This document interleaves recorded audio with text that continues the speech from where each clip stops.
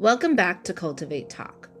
Today's episode explores the intersection of sport, public relations, and organizational communication, and what it really means to support athletes as whole people.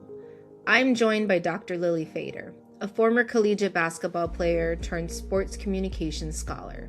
Lily's work examines how communication shapes athlete empowerment, activism, crisis response, and resilience within sport organizations. Drawing from both her lived experience in athletics and her research, she challenges us to think differently about how athletes are supported, especially when they're at the center of public scrutiny. In this conversation, we discuss athlete activism, identity, crisis communication, underperformance as crisis, and the communication patterns that either build or undermine resilience within teams. If you care about sport, leadership, identity, or how organizations communicate under pressure, this episode offers both theoretical insight and practical takeaways. Let's get into it.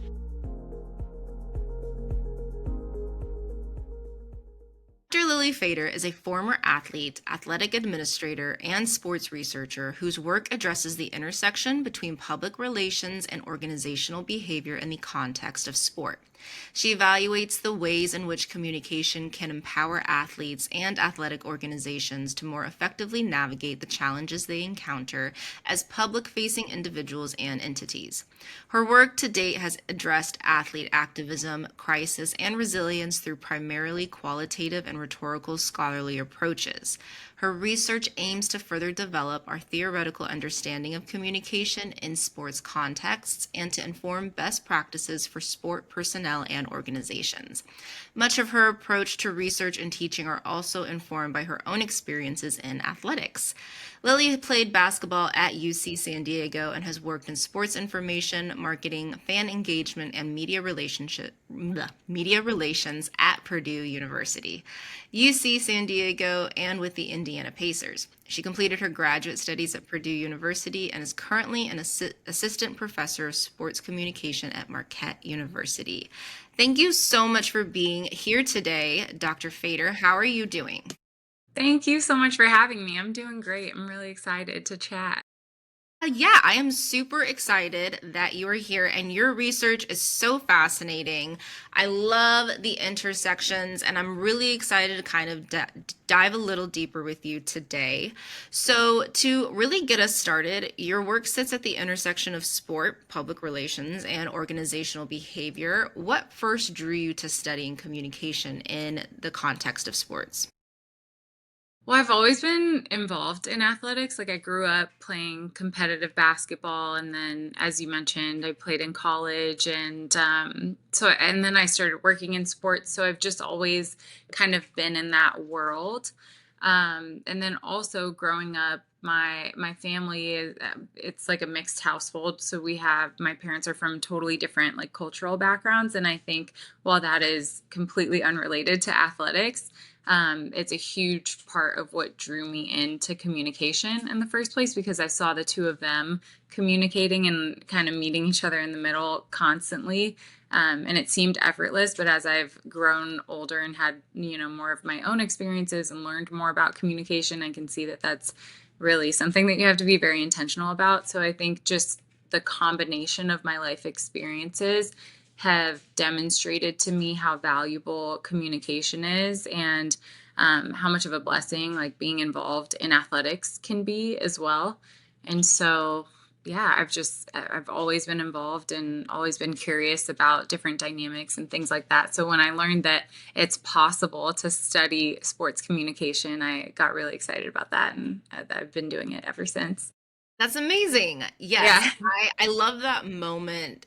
I know it happens for everyone differently, but in an education where you realize all of the different focuses of communication that you can study and write about, and it's kind of like it opens up so many different ideas. I know that was something that I was like super empowered and like inspired by. I was like, oh, I can like literally talk about sports if I wanted to from the lens of communication. So, absolutely fascinating. I love that background.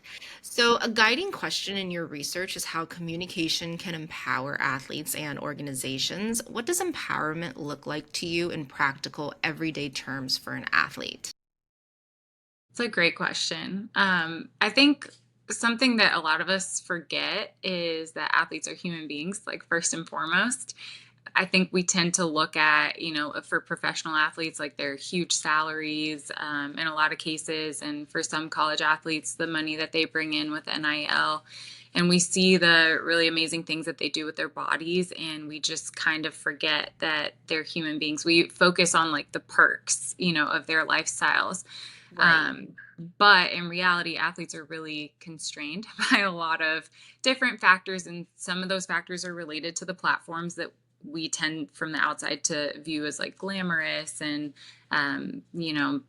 something that provides exclusively affordances. And then also they're constrained by the different layers of their organizational affiliations, whether it's like to the team that they play for or the organization that owns that team or the organization like the league that runs that team or runs that competition space. And so empowerment for athletes, in my view, just looks like agency, like Mhm. educating athletes in terms of media training and things of that nature that can help them more effectively communicate their messages publicly and privately, helping athletes learn to embrace all facets of their identity rather than exclusively their athlete identity.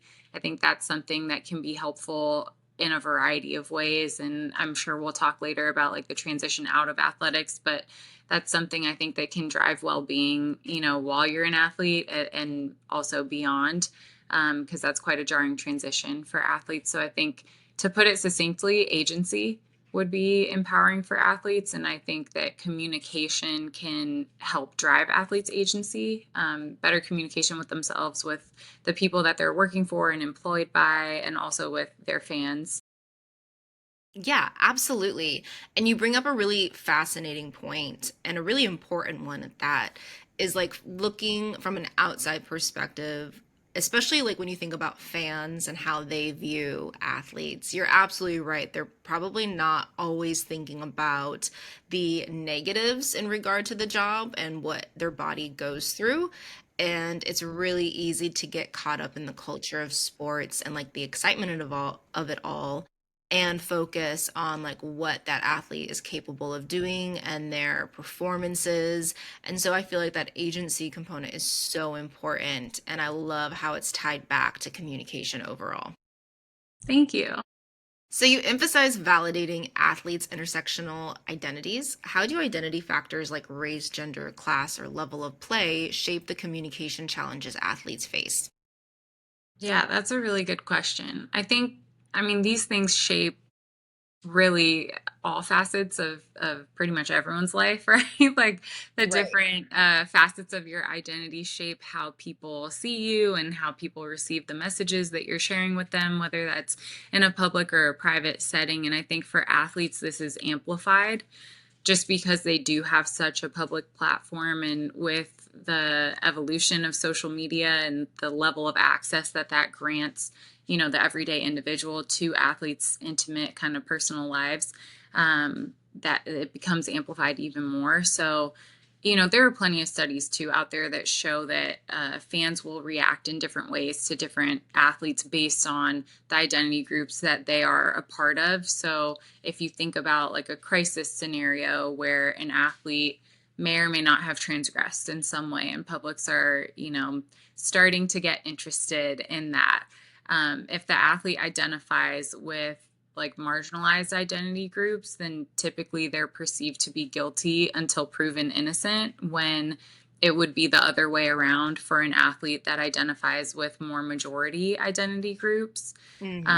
You can think about too, like an athlete who underperforms in competition or is perceived to have underperformed, like someone who misses a game winning shot at the end of a game or something like that. And everyone thought that their team was going to win, but because they missed that shot, oh, the team lost and it's all your fault. And there's a lot of fan hostility that comes with things like that. And like Black female athletes, for example, are disproportionately impacted by those messages. They get higher volume of hostile messages, and there's like a sliding scale, like a spectrum, right, of hostility, and the messages that they receive tend to be more hostile. So I think the factors that you mentioned are hugely impactful in communication challenges that athletes face. But even more than that, or in addition, I guess, to that, something that I'm really concerned with is um, just viewing athletes as whole people. And Right. that's like from the athlete side, from the coach side, from the fan side. Um, I think when I say like different facets of their identity or their intersectional identities, it's recognizing that you are more than just an athlete. When I was growing up, I identified myself until I stopped playing basketball just as a basketball player, you know? Yeah. And I took a lot of pride in that. And that's a very, very specific single shade of your identity. Right. Um, so yeah, so I think it is about, validating the intersectionality of their identities when it comes to race, gender, ethnicity, all of those kinds of things, but also just validating their other interests and their exploration of those interests, just looking at themselves as whole people, and hopefully getting publics to see them as whole people as well. And that's a really good segue actually into my next question. Kind of like this, seeing them beyond just the athlete and of more interest in kind of being able to see them as human beings. Athlete activism has been a major focus of your work, which I imagine kind of enters that conversation of seeing an athlete beyond just like a player on a court or on a field playing a sport. What motivates high school and collegiate athletes to engage in activism, and what barriers tend to get in their way? That's a great question. So I became interested in studying this when I was in graduate school, and Colin Kaepernick was kneeling. And I was so surprised by the reaction that received, and how large a scale the reaction was. Right. And so that's what got me interested in studying this to begin with. But when you think about Colin Kaepernick, you see that he's no longer in the NFL, right? And people have different ideas about why that is. But in large part, I mean, we'd be silly to say that it had nothing to do with the fact that he was engaging in activism, right? And I think one thing that's interesting about his engagement is that it's not like he was the first athlete to engage in activism, right? Not by any means, but social media was huge at that time. And I think he was sort of the first athlete to engage in activism on such a large stage, right? Like during the national anthem, during such a long standing kind of tradition in athletics that I think a lot of people take for granted, but also subconsciously like view as an opportunity to unify publics, right? And he's kind of doing the opposite because he's deviating from the norm, and social media picks that up, right? And I don't think he was prepared for that necessarily. So when you think about high school and college athletes, they have a platform, and because of social media, that platform might not be as big as Colin Kaepernick's, but the level of accessibility that publics have to them is the same, right? And they have less resources to deal with, you know, the fallout basically. And so the barrier, I'll talk about the barriers first, just because they're really prevalent for, individuals who are at lower levels of competition. Um, it might seem like they don't have as much to lose, but in reality, they're afraid of like losing the opportunity to play in college if they're in high school, or if they're if they're in college, they might be nervous of losing their scholarship, right? And then they Right. can't go to school anymore, or they can't compete athletically anymore. Donors sometimes will threaten to like pull out, or they might be nervous about causing friction among their team if their teammates don't align with their views, or if their coach doesn't, think they should be doing anything other than competing. And this becomes like an issue in the locker room. So those are some of the barriers, but a lot of athletes are motivated to do this anyway. And we've seen that because we've seen a lot of young athletes in particular in recent years engaging in activism. And it really boils down to a couple of reasons why their motivation like trumps the barriers that they face, and kind of helps them overcome whatever fear they have that's associated with the fallout that might happen after engaging in activism. And that could be that they might identify with a marginalized group, and they might have felt or experienced some kind of exclusion themselves. And so now that they have a platform, they want to advocate for themselves and for the people that they love who are also experiencing that, or who have also experienced that at one point or another. It might be that they feel that now that they have a platform, they want to be a voice for others who have, maybe a smaller platform or a voice that might not be heard, Right. um, or not heard by as many people. And then also, I think in particular, after Colin Kaepernick started kneeling, although that didn't go great for him, it really carried over. And you saw a surge in athlete activism kind of across levels of competition and with respect to a variety of social justice issues. And so, because it was something that more and more people were engaging in, that also kind of set a trend in some ways. And that served as a motivator for high school and college athletes as well. Absolutely. And that totally makes sense. I definitely think the accessibility through social media has obviously changed the way all activism is done across any type of cause or kind of any type of message. Yeah, I think Colin Kaepernick was kind of like a turning point in terms, and this is just like me thinking out loud as well, but kind of like a turning point in how activism is received and accessed, and like the ability that people have now to contribute to that overall message or the overall discourse and discussion around athletes. And their activism basically, because I feel like, especially kind of going back to what you were talking about, like thinking about athletes as humans and then how fans can involve themselves, like we kind of always hear those horrible statements of like, shut up and dribble, or like Yeah. stop using your voice basically and do your job, which goes against and is wrong for so many different reasonings. But I do feel like social media has opened that bubble up even more for people to kind of form those thoughts and opinions and put them out into the world and kind of contribute to the overall reaction and messaging of what athletes are trying to do. Right. So, when athletes engage in activism, what communication strategies help them organize effectively and sustain momentum in the face of institutional or cultural resistance? Yeah, that's a good question. It's a little bit situation based. It kind of depends on like what specifically they're facing in terms of resistance, or what consequences kind of coming their way. But one Right. of the studies that I did with a couple of friends of mine who we all went to graduate school together, and it's published now, so that's exciting. Oh, But that is we exciting. Yeah, thank you. We talked to a bunch of college athletes from different institutions who were engaging in activism specifically during COVID.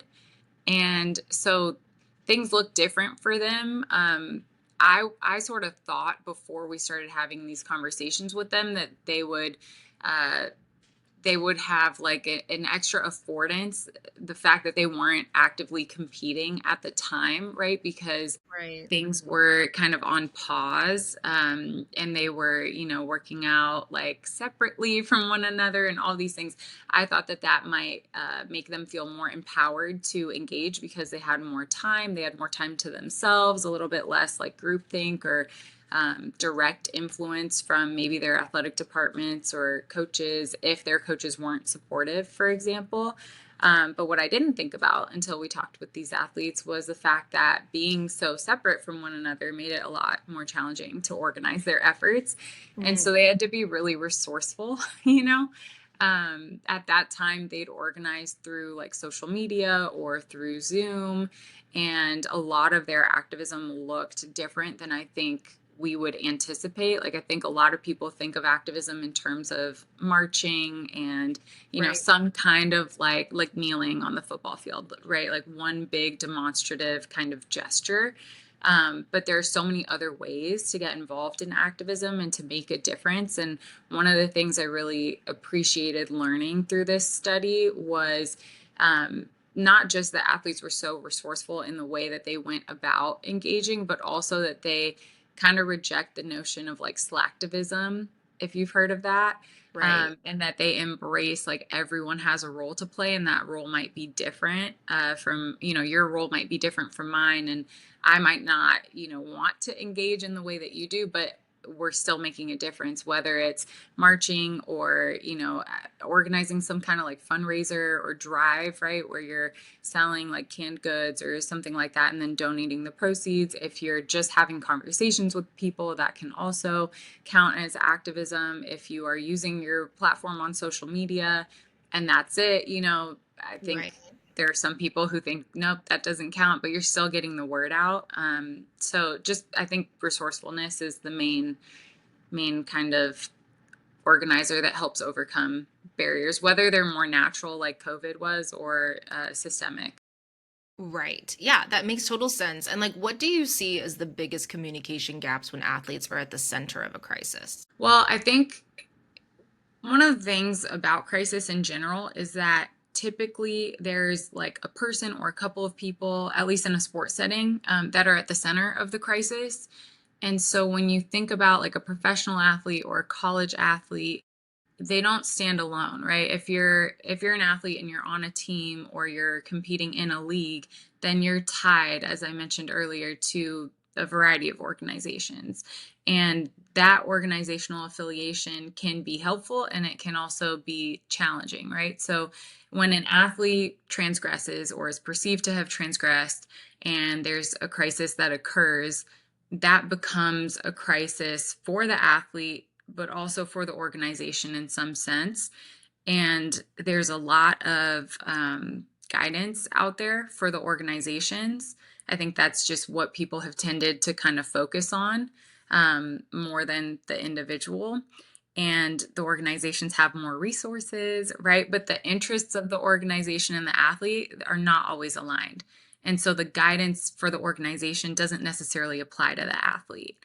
And so I think the biggest gap is that we don't have enough information out there for athletes to help them kind of figure out, okay, what's my first step after, crisis strikes. Absolutely. And much of crisis communication research focuses on organizational response, like you alluded to, but your work turns the lens towards athletes themselves, which I find incredibly fascinating. You've argued that underperformance should be recognized as a form of crisis. Can you walk us through that idea and why it matters for how coaches, organizations, and media communicate about athletes? Yeah, so underperformance is exactly what it sounds like. But I think it's important to recognize too that crises are perceptual, right? So it's something can happen that's terrible, but if no one's paying attention to it or acting like it's a crisis, responding like it's a crisis, then it's not going to end up becoming one. And so that can work both ways, right? For an athlete who misses a jump shot at the end of a game and everyone thinks that they should have made that shot and now their team lost and everyone thought their team should have won and everyone's blaming that athlete now, that could or could not be a crisis, right? But what we've seen more and more in recent years, unfortunately, is that it becomes a crisis for athletes because with social media, right, the level of accessibility that fans have to athletes is huge. They've got this direct line, right? And a lot of times fans will use that direct line to send athletes hostile messages. And the hostility can be, mild and just kind of offensive, or it could be so severe that it's like a death threat, right? Or like, don't show your face on campus ever again. Nobody wants to see you, right? Just really negative, harsh stuff.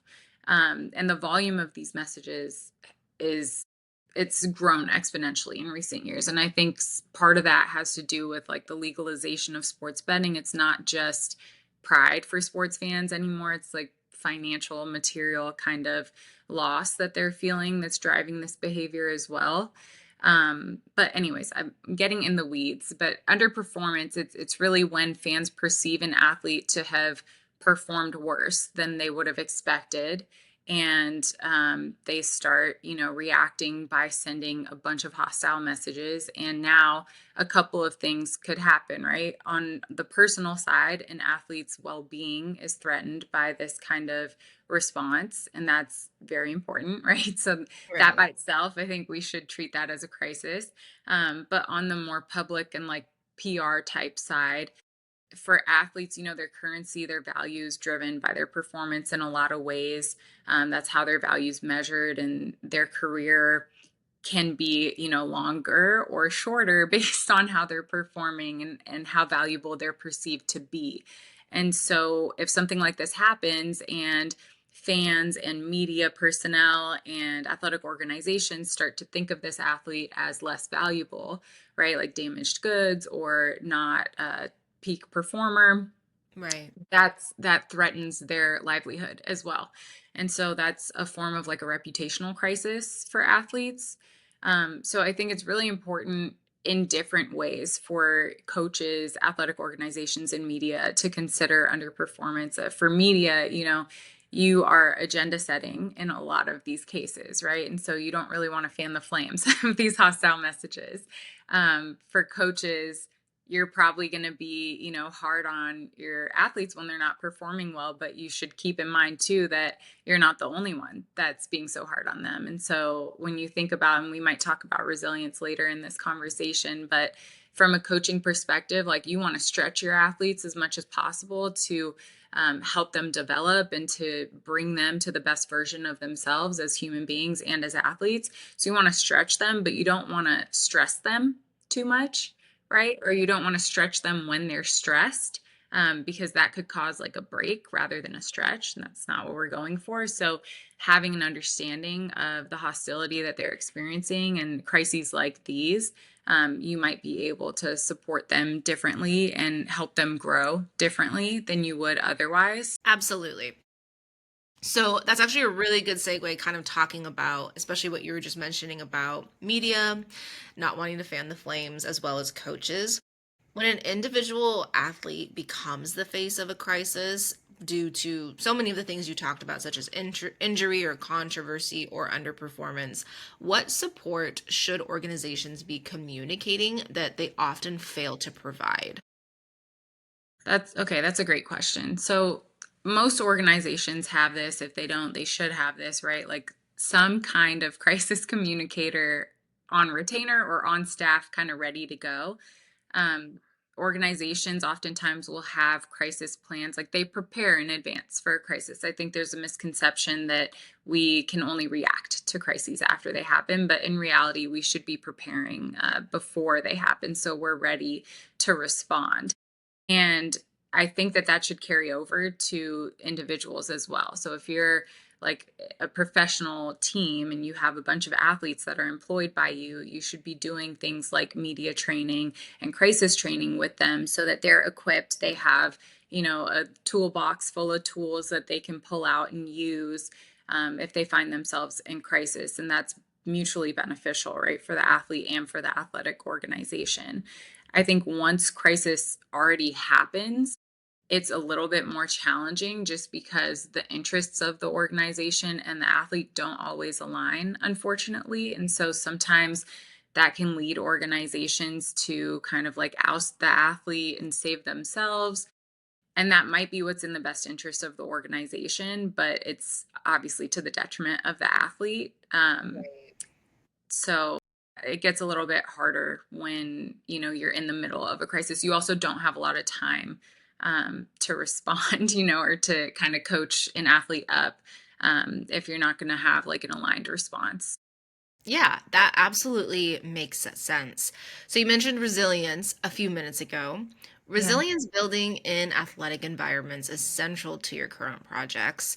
What kinds of communication between athletes, coaches, and support staff most contribute to building resilience? Okay, this might sound surprising, but it's exciting. It's exciting because it's counter to I think l- at least when I was coming up, it's counter to what athletic culture was back then.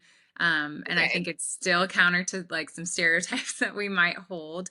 But what I've found in my work is that vulnerable communication is like Oh, the I love most helpful. Yeah, the most helpful when it comes to resilience building.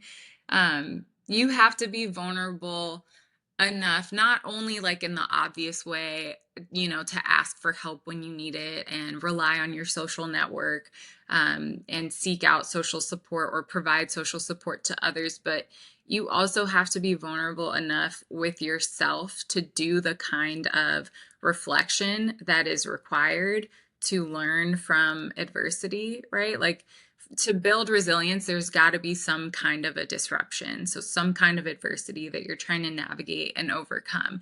And that could look like poor performance, a loss, an injury. I mean, there's so many different forms of that in athletics, and they come kind of constantly, whether you're talking in game or just like in the life of an athlete more holistically.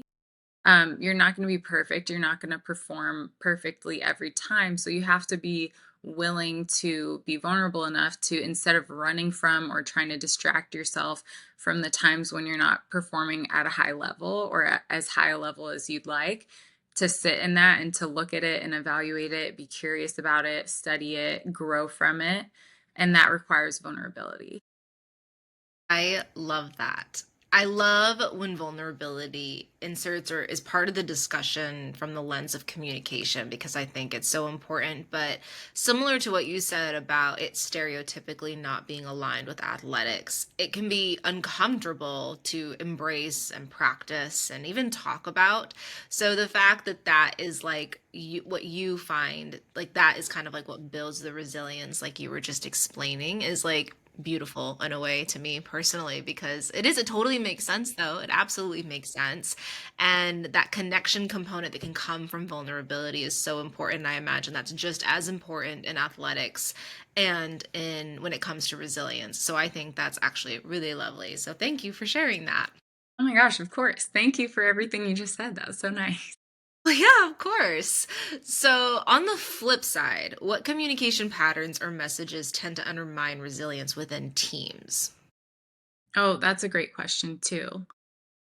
I would say a fixation on results, which is challenging because in athletic settings, your performance and the end result, like if you're, whether you win or lose, how efficient your statistics are, how many points you score, how many turnovers you have, all of that kind of thing that really drives your value. And you're constantly looking to those results as markers of value. And so it's really difficult to detach from them, but overly fixating on those things, as I'm sure you could imagine, inspires like anxiety. And also it's just a distraction from the actual goal. It's not going to bring you towards your goal.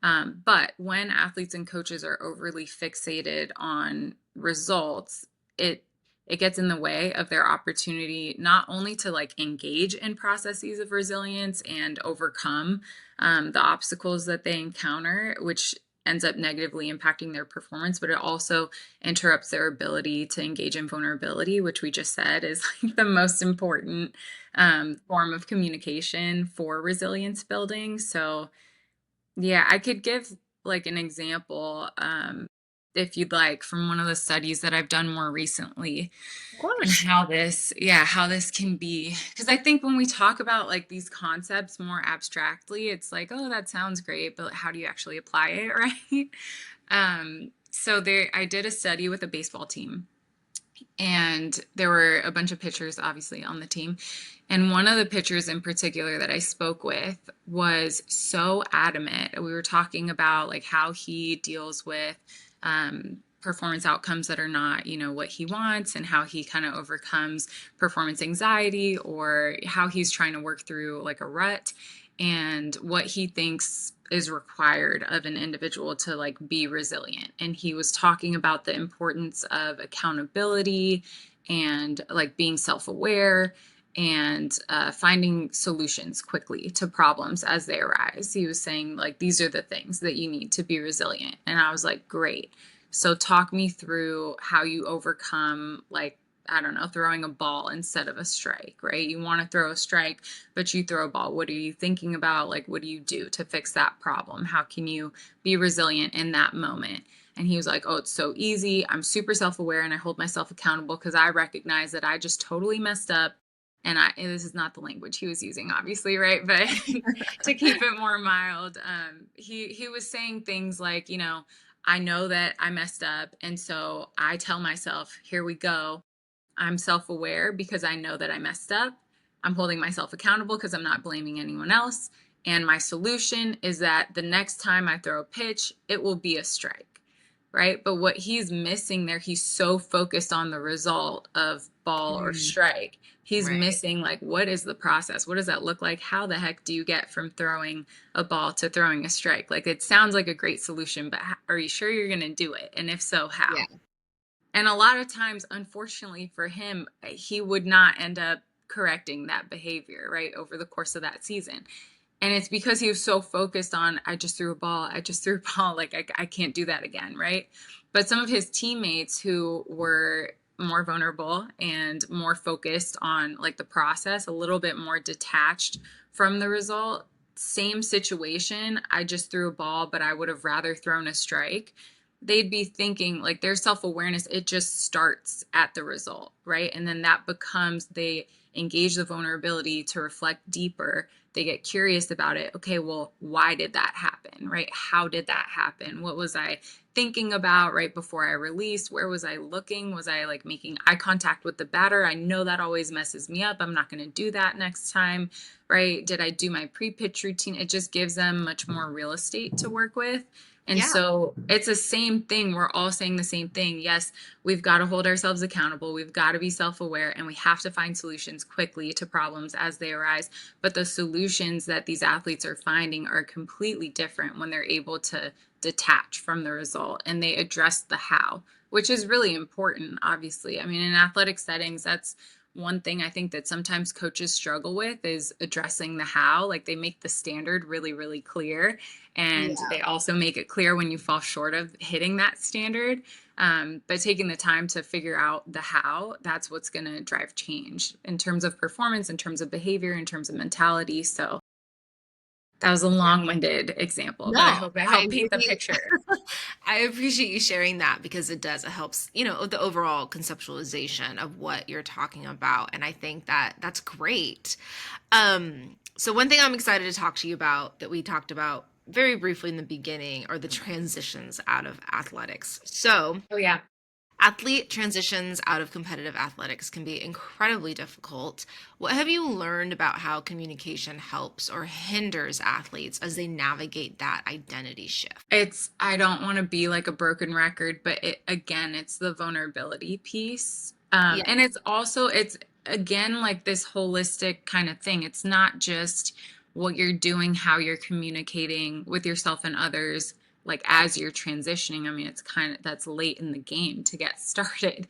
It goes back to your very first years. And I think I mentioned earlier in our conversation when I was coming up, like I only identified just as a basketball player, not even an athlete, right? Right. Just basketball. And so that's something that was instilled in me I was 10 years old when I started playing competitively. And I remember like it was yesterday, some of my coaches, really letting us know in no uncertain terms that if you had other interests or if you wanted to do other things, like what that meant is that you're not committed to the team or to your craft. And those kinds of things are like character assassination, right? That's like the last thing that you want to be accused of is not committed as an athlete. And so when that's the culture that you're coming up in, the transition's a lot more challenging because you haven't allowed yourself over the course of your entire life, right? I said I was 10 when I started playing competitively, and then I ended up getting injured early in college, so I didn't finish out my college career.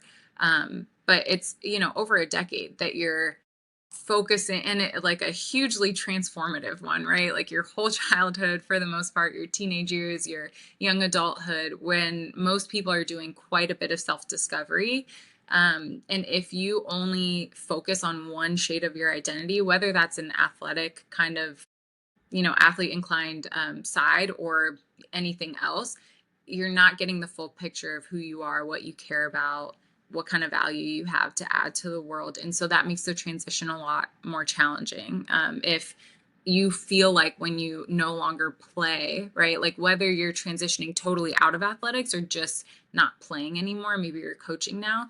But if you feel like, okay, now that I'm not able to do this one thing that I've cared about and focused on forever, like that takes away all of who you are, it's going to be really tough. So I think it starts from the beginning. And I think, you don't have a ton of control over like the team culture that's going to be cultivated um, as an athlete when you're young. But I think like parents can help, Yeah. um, parents can help, coaches can help, you can help as an athlete yourself, like once you're old enough to kind of get a sense and awareness of what you like and what you care about. But I think it's an ongoing process, that transition out of athletics.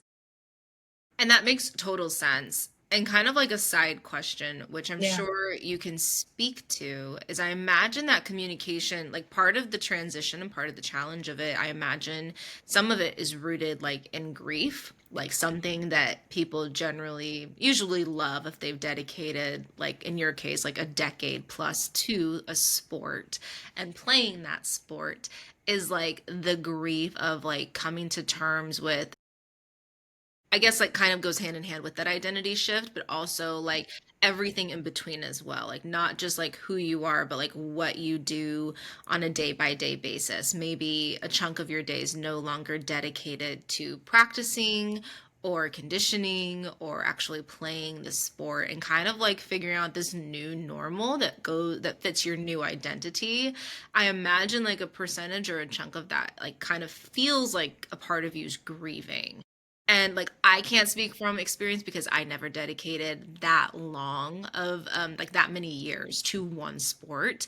But I'd be curious, like, do you think that's like part of like all the feelings kind of going on? And yes, this probably requires some vulnerability, like we've talked about, but kind of like all the feelings going on is like is grief part of that you have to navigate in conjunction with like what is my new identity and how do I navigate this difficult time like fitting into this new identity?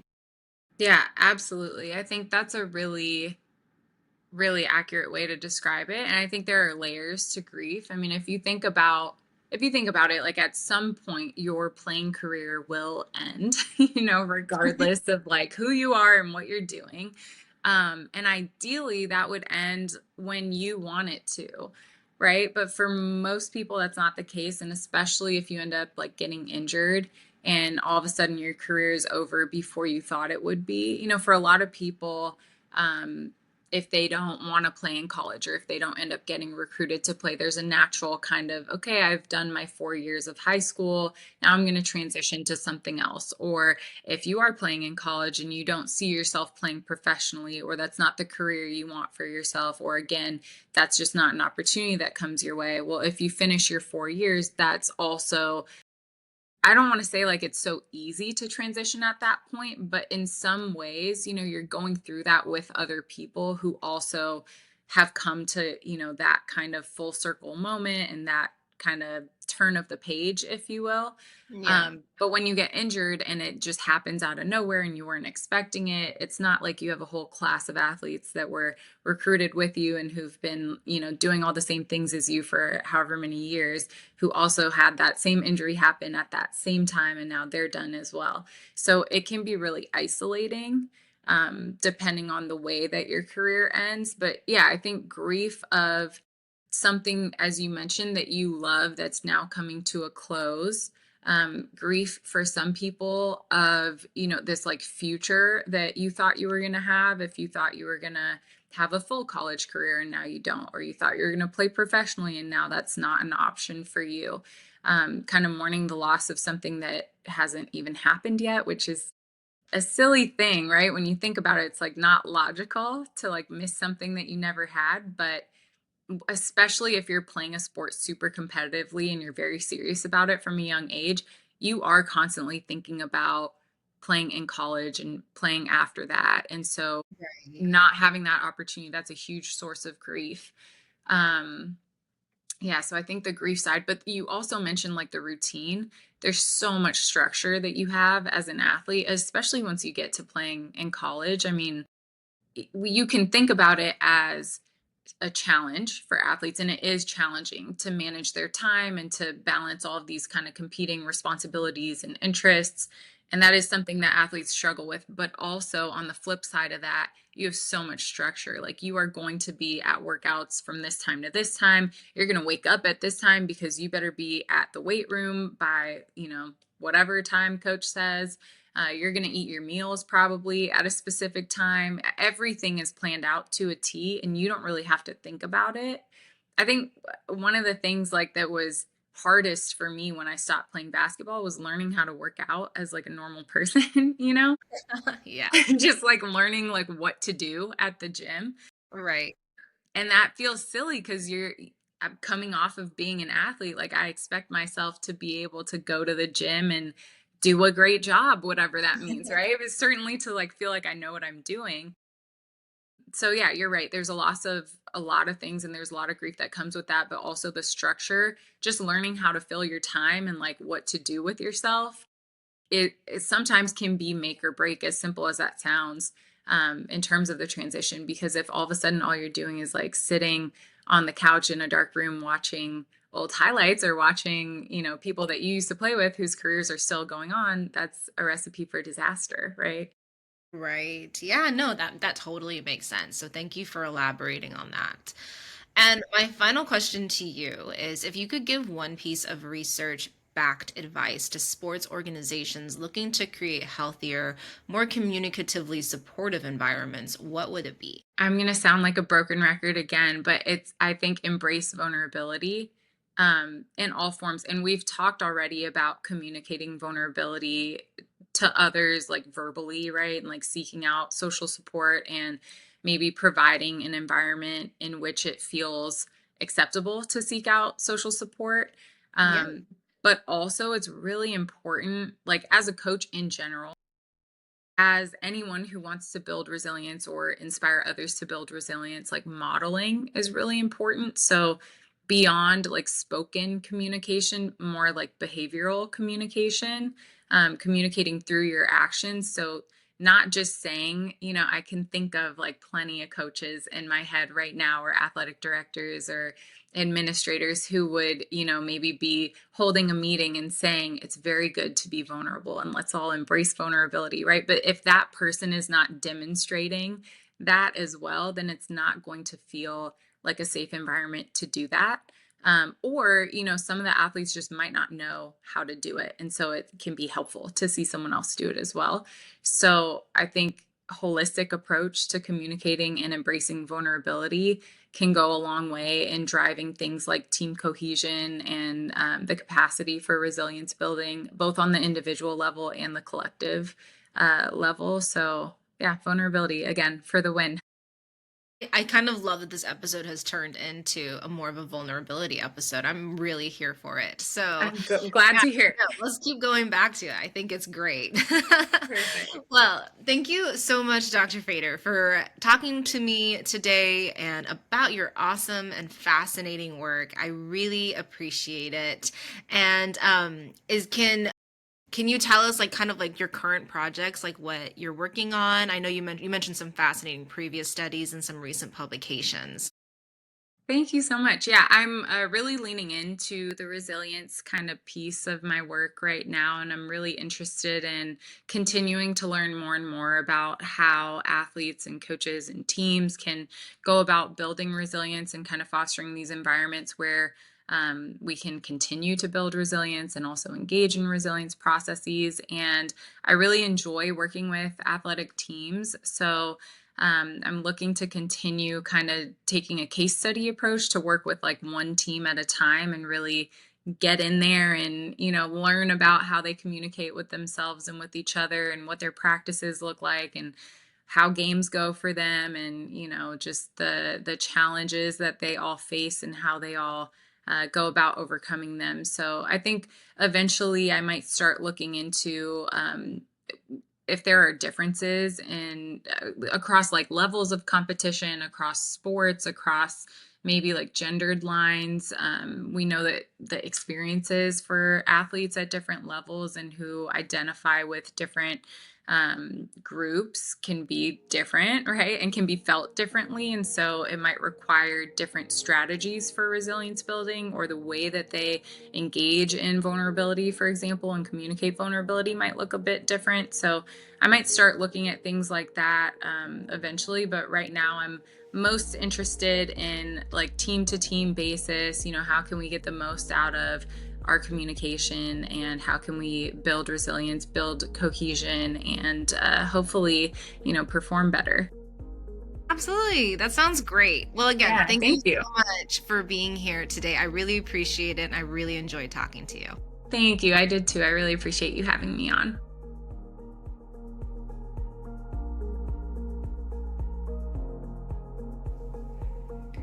And that completes our conversation with Dr. Lilly Feder. What stands out to me is the reminder that athletes aren't just performers. They're people navigating identity, pressure, activism, and transition in highly public spaces. Communication doesn't just manage those experiences, it shapes them. Whether you work in sport, leadership, organizational communication, or simply care about how institutions support individuals under scrutiny, I hope this episode gave you something to think about. As always, thank you for listening to Cultivate Talk. If you found value in this conversation, be sure to follow the show and share it with someone who cares about building more communicatively supportive environments in sport and beyond. Until then, keep cultivating conversations that matter.